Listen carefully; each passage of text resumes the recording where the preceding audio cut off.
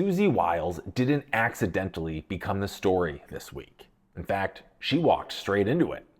Because when the sitting White House chief of staff, the most disciplined, media-averse operator in Trump world, gives more than 10 on-the-record interviews to Vanity Fair over the course of a year, and those interviews include blunt assessments of the sitting president, his allies, his motives, and his second-term agenda, this isn't a slip, it is a choice. And Washington, it noticed.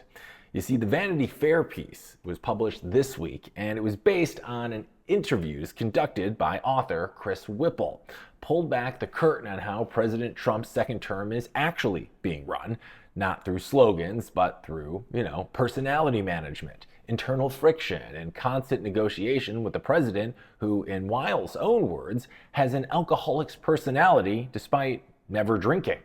Now, that line alone would have dominated a news cycle, but it didn't stand alone.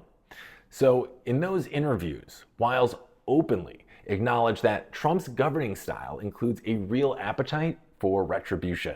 She admitted that prosecutions of political opponents can look vindictive, and when asked why people shouldn't see it that way, she essentially said she couldn't give a clean answer to that one. She described a loose agreement with Trump that he would stop settling scores after 90 days in office, a deal she later conceded didn't fully hold. Surprise. Now that matters because Wiles isn't a backbencher, okay? She's not a critic. In fact, she's the architect. This is the same Susie Wiles who helped deliver Florida for Trump back in 2016. The same operative who ran his 2024 campaign when he was politically radioactive. The same chief of staff credited with stabilizing a West Wing that burned through 4 chiefs in 4 years during Trump's first term.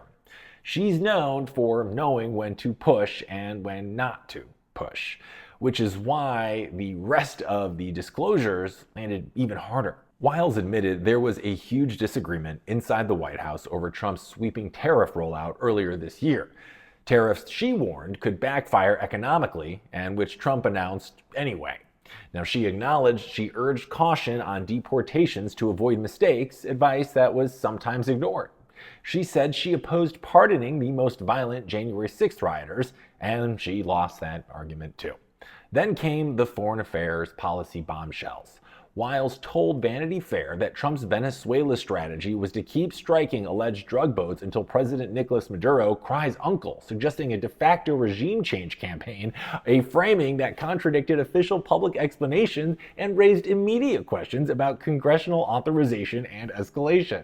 She also criticized Elon Musk, directly calling him an odd duck and an avowed ketamine user, and she said she was aghast at how Musk dismantled the U.S. Agency for International Development while overseeing the Department of Government Efficiency, better known as DOGE.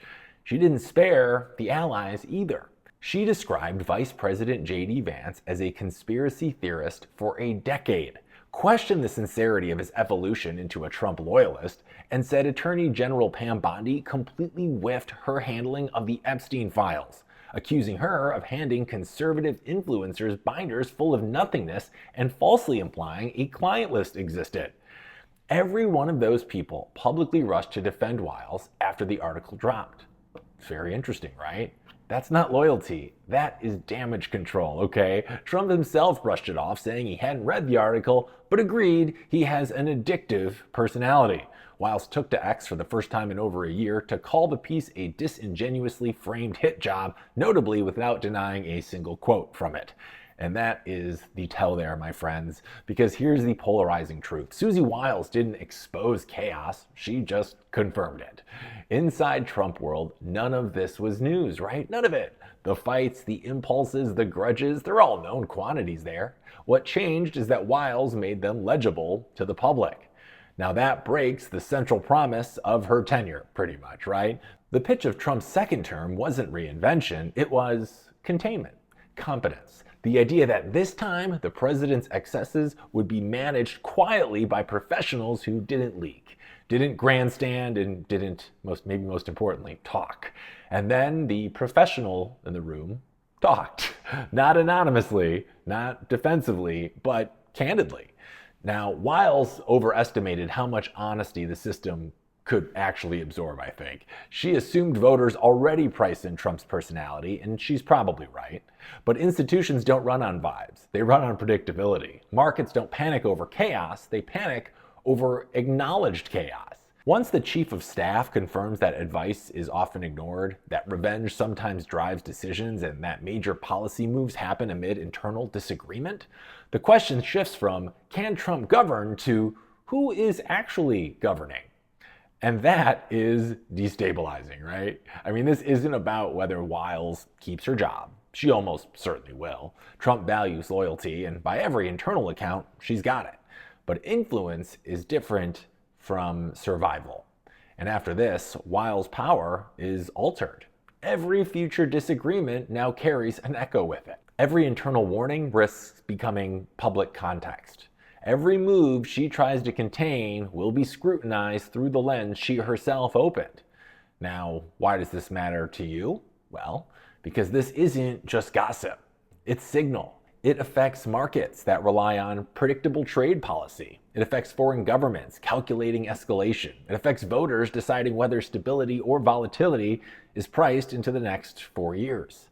And most of all, it matters because once the mask slips, even briefly, it doesn't go back on quite the same way.